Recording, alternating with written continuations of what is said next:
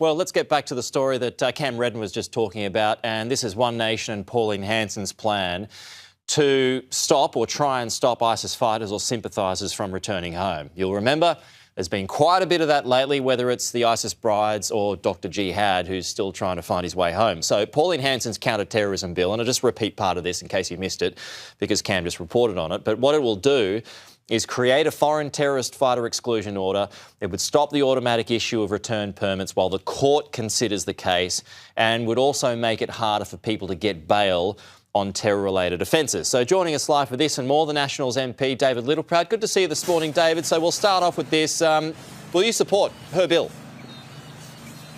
Well, obviously it's a moot point, unfortunately, until we get the government to act on this, and I'm pleased to see the intent of what Pauline Hanson's trying to do. She's catching up to what the coalition actually put forward and went to the government on with ISIS brides.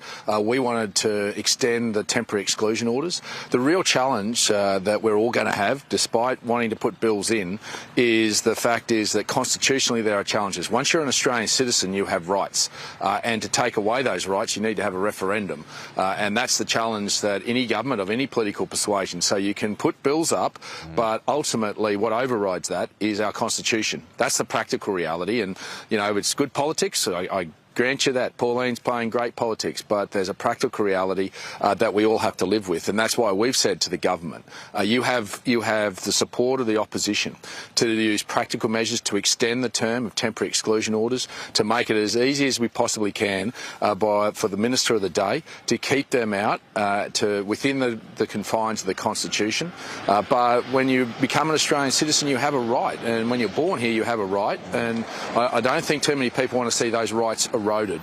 So this is the challenge of government. That these people we don't want back to Australia. Angus Taylor's been strong on this. He led this in making it very clear to the government that we didn't want the ISIS brides back, and we would do anything we needed to with them within the confines of the Constitution to be able to keep them out. And I think that's what we need. But we need the government.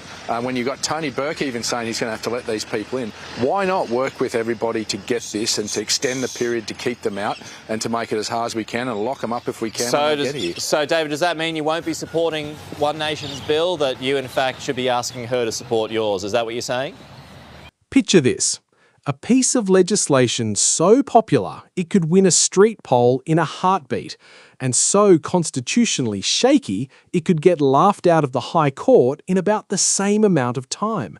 Welcome to the wild world of Australian anti-terror law, where good politics and good law are currently having an almighty domestic. Quick favour before we dive in, if you are enjoying this breakdown, hit that subscribe button right now. Over 90% of you watching haven't yet. It is free, takes a second, and means the world to us. Thanks if you did. Now, let us get back to it. Well, no, what I'm saying is I think that it's all a moot point, Pete, because we don't control the parliament, the government does. And until there's a real acknowledgement by the government that there is intent from everybody in that parliament to keep these people out of Australia, then we're going to continue to see these people come back. And what we've got to say to the government of the day is that we will work with them to keep these people out. That is the expectation of the Australian public. And we can put a bill up, Pauline Hanson can put a bill up, but it's a moot point. Unless the government acknowledges the seriousness of this, we are going nowhere. David, I'm asking everybody this question, but it goes to the polls, it goes to your links, the Nationals, the Liberals and One Nation together under one umbrella, because if you guys get together, then it obviously gives you a better chance of forming government the next round, or the next election. So if you had the choice to form government, would you partner up with One Nation?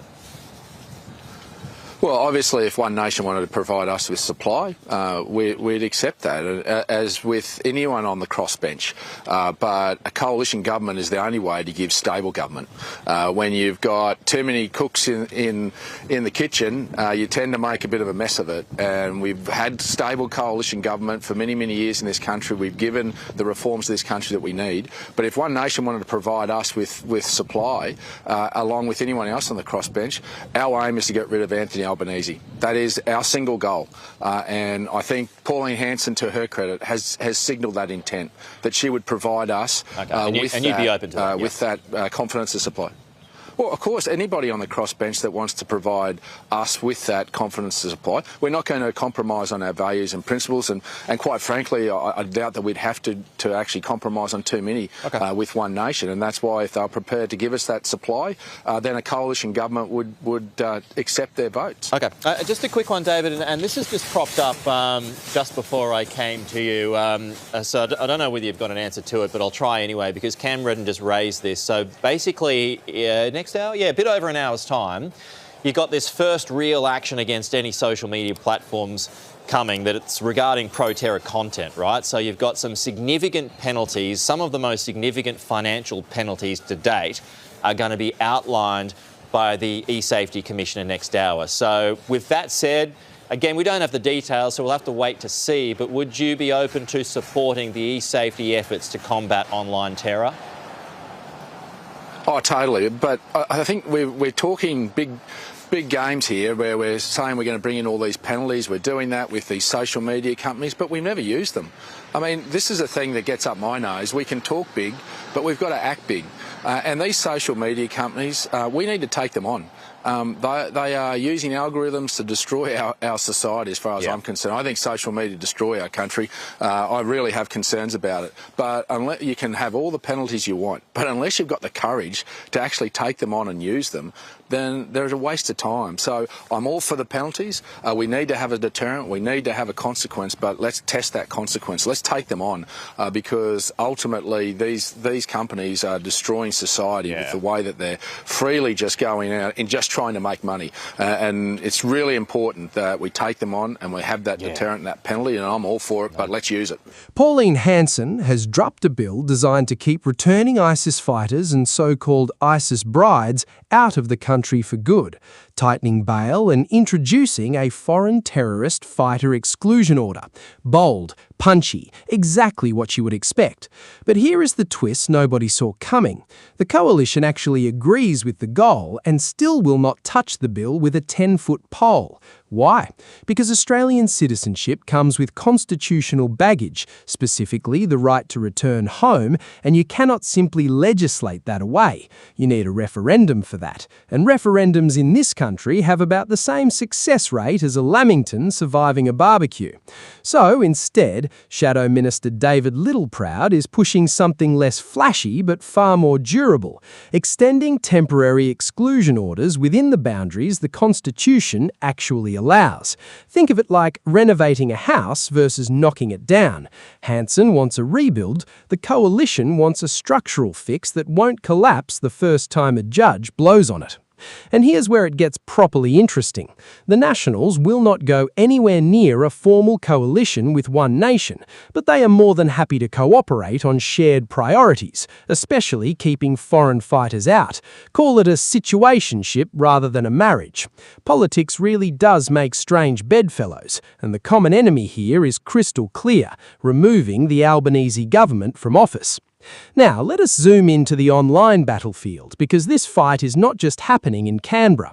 The E-Safety Commissioner is preparing fresh penalties for platforms hosting pro-terror content, and Littleproud's message to big tech is blunt: stop performing compliance and start actually enforcing it.